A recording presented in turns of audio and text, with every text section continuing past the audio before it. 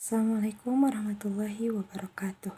Perkenalkan, saya Asri Nurhaliza, mahasiswa dari kelas G1 Akuntansi Universitas Teknologi Digital. Dalam kesempatan kali ini, saya akan menjelaskan secara ringkas apa itu sistem informasi akuntansi sebagai sebuah tinjauan. Sebelumnya, kita mengetahui selain istilah sistem informasi akuntansi ada juga istilah sistem akuntansi, di mana kedua istilah ini sama-sama memiliki arti yang sama, namun memiliki perbedaan dalam cara pencatatannya.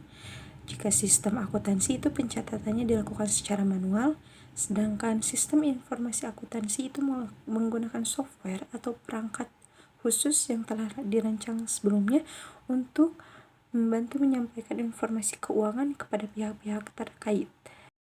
Sebelum kita mengenal apa itu sistem informasi akuntansi, kita harus tahu dulu ada 3 komponen kata yang terdapat dalam sistem informasi akuntansi, yaitu sistem, informasi, dan akuntansi. Sistem sendiri berarti sekumpulan sumber daya yang saling berkaitan untuk mencapai suatu tujuan. Sedangkan informasi itu merupakan suatu data yang menjadi pendukung dalam ketepatan pengambilan sebuah keputusan.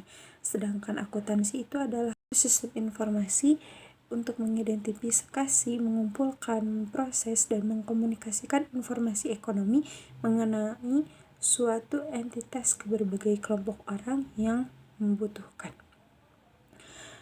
Jadi dapat disimpulkan di sini bahwa sistem informasi akuntansi itu dibangun dengan tujuan utama untuk mengelola data akuntansi yang berasal dari berbagai sumber menjadi informasi akuntansi yang diperlukan oleh berbagai pemakai dan pemangku kepentingan untuk mengurangi risiko saat mengambil keputusan.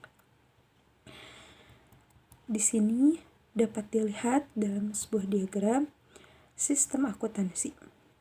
Kita bisa lihat di sini terdapat subsistem akuntansi lain dan subsistem akuntansi pokok, di mana subsistem akuntansi lain ini terdiri dari subsistem akuntansi pembelian, subsistem akuntansi penggajian, subsistem akuntansi produksi, subsistem akuntansi penjualan, dan subsistem akuntansi kas.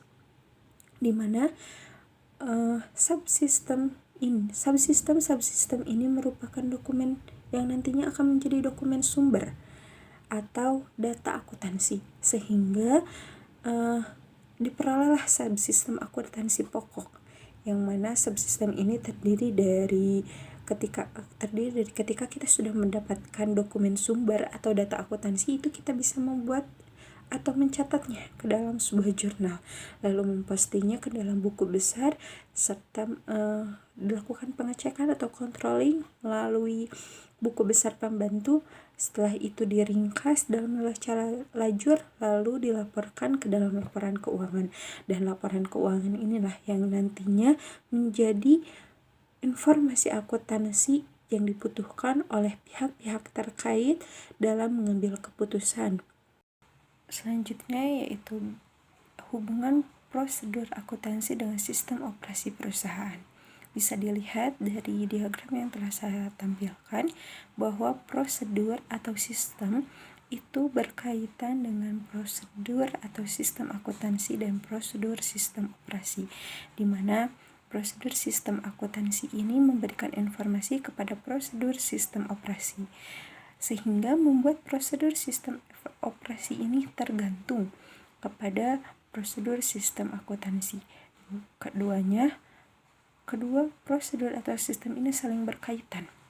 Ketika prosedur sistem akuntansi memberikan informasi kepada prosedur sistem operasi, maka secara langsung prosedur atau sistem operasi juga bergantung atau tergantung kepada prosedur atau sistem akuntansi.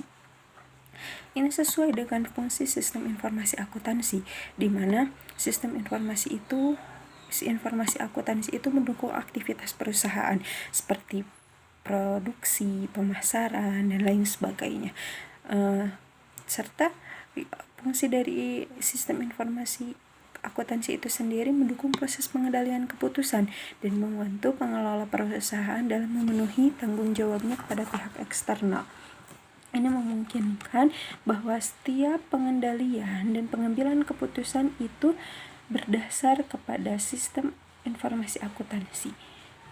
Dari diagram hubungan ini kita mengetahui bahwa peran sistem informasi akuntansi itu pertama, mengumpulkan dan memasukkan data ke dalam sistem informasi akuntansi. Yang kedua, mengolah dari data transaksi menjadi sebuah informasi, lalu menyimpan data untuk tujuan di masa mendatang sebagai rujukan dalam pengambilan keputusan, dan memakai atau pengambil keputusan informasi yang mereka perlukan dalam menentukan atau pengambilan sebuah keputusan dengan menekan resiko dalam pengambilan keputusan tersebut. Dan yang terakhir adalah mengontrol semua proses yang terjadi dalam suatu instansi atau perusahaan. Hanya ini yang dapat saya sampaikan. Semoga bermanfaat. Kurang lebihnya mohon dimaafkan. Terima kasih. Wassalamualaikum warahmatullahi wabarakatuh.